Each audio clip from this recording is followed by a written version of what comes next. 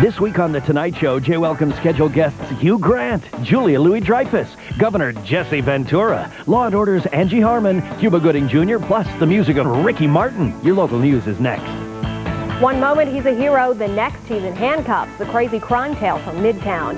And she barely survived the Amtrak crash in Bourbonnais. Jennifer Fall's remarkable story of triumph is straight ahead.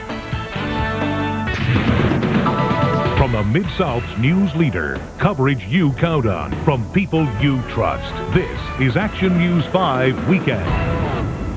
Police find an escaped murderer hanging out in a Memphis hotel. Action News 5 is there when police bring her in. Good evening, everyone. I'm Brooke Sanders. The 17-year-old murderer and 2 other inmates broke out of the Crittenden County Jail 10 days ago. After more than a week of freedom, she's the only one back behind bars tonight. Action News 5's Anna-Marie Hartman reports. She was on the run and considered dangerous. But this morning, 17-year-old Andrea Jones of Memphis was no threat to police officers. They found her hiding out in a room at the Days Inn in the 3000 block of Airways. The owner of the hotel says Jones was sharing a room with a man who has stayed here once before. Only this time, he was harboring a fugitive. Jones and 2 other inmates escaped from the Crittenden County Jail 10 days ago. Jones was serving 30 years for murder. 2 other escapees, Dorothy Young of West Memphis and Chiquita Ruffin from Memphis, were in jail on misdemeanor charges. The 3 women were in an exercise area outside the jail when they broke free by pulling back a fence, scaling the rooftop, and jumping. Some changes will have to be made before we allow anyone else out in the exercise yard. Jones' freedom lasted only 10 days. The Crittenden County Jail has only been open for 8 weeks. The sheriff says they're trying their best to see that this never happens again. But keep in mind, they haven't built a place yet you can't get out of. Someone will escape sooner or later. Anna-Marie Hartman, Action News 5.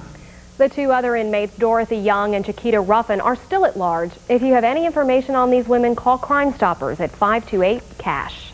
While one killer is back in custody, another is still on the run tonight. Still no sign of Anthony Lankford and convicted robber Chris McKeon. The 2 escaped Thursday from the West Tennessee Detention Facility in Tipton County. The 2 men are considered armed and very dangerous.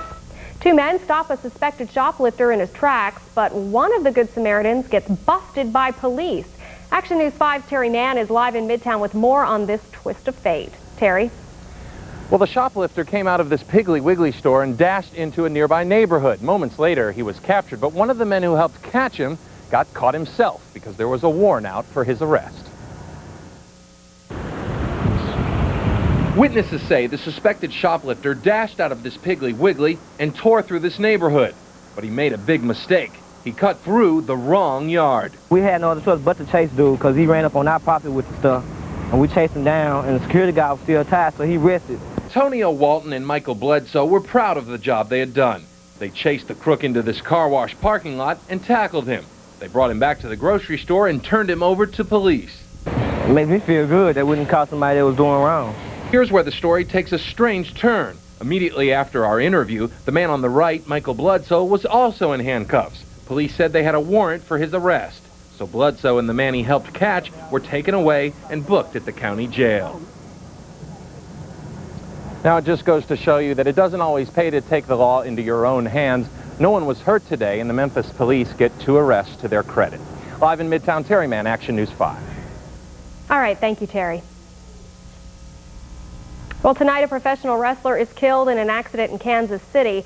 Wrestler Owen Hart fell 50 feet at the Kemper Arena in Kansas City tonight. He was being lowered into the ring for a pay-per-view event. Kansas City Police and the World Wrestling Federation confirm that Hart died in the fall. Owen Hart wrestled under the nickname Blue Blazer. The tragic death of a wrestler reminds us it's not just fun and games. Greg Shackelford has more on safety in the wrestling ring.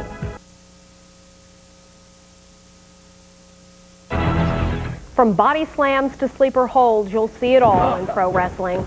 But not knowing the rules could make getting into the ring very dangerous. The shocking news of wrestler Owen Hart's death tonight reminds us just how dangerous it can be inside that ring. Action News 5's Greg Shackelford got into the ring this weekend. Greg, tell us what you learned. Well, learned a lot. Learned I don't want to be in this business. Olympic gold medalist Kurt Angle is who I took on. He recently started with Power Pro Wrestling. Right after yesterday's show on Channel 5, I jumped in the ring for some painful pointers. It's J.R. Smooth, the champion, defending against Kurt Angle. 10. I think the first thing you need to learn when you are a professional wrestler is how to protect yourself. And the one thing you need to do is learn how to take a bump. This is a bump, for instance. Okay, so you have to protect yourself because when this guy picks you up in the air and he wants to slam you, you want to be able to protect yourself so you don't get hurt as badly. In the crotch, on the shoulder, lift me up, take me this way. Yeah, this ought to be good.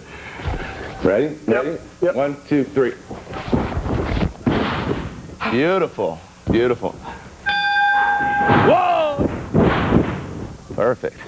Perfect. Now, what I like to do is give you a bump. You think you can handle a bump? I can handle a bump. Okay. Let's see. The easiest one for me to give you would be probably a body slam. All right. So all you're going to do is make sure that everything lands flat. I'll take you down, protect yourself, okay? All right. Here. Ready? Go. Pretty close. Some other things that we do is we like to work the arm. So when you're in a tie-up position, what I'll do is I'll take your arm and I'll work it, okay? Now what I want you to do is take my arm back with that hand, go underneath, twist mine. Good, good. Ah! Whoa! Here you have to really protect yourself because you're doing a lot of high-flying stunts and you're not sure what's going to happen. A lot of times you put yourself in somebody else's hands. That's hard to do.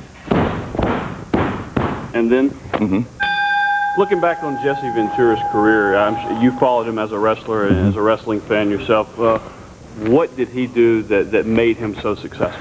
I think Jesse Ventura, more than anything, was an entertainer. He really knew how to get the people either cheering for him or cheering against him. And I think that's an important part of this sport is how you portray yourself to the audience. You know, you can work all you want in this ring and be the best worker, the best wrestler in the world, but if you can't get these fans fired up, you're not going to have a long career in this business. And I think Jesse Ventura was one of the best. Looked a little rough out there, Greg. How you feeling today? My golf game's getting better by the day. So you're not going to give up your day job, I take it. Absolutely. All right. Thanks, Greg.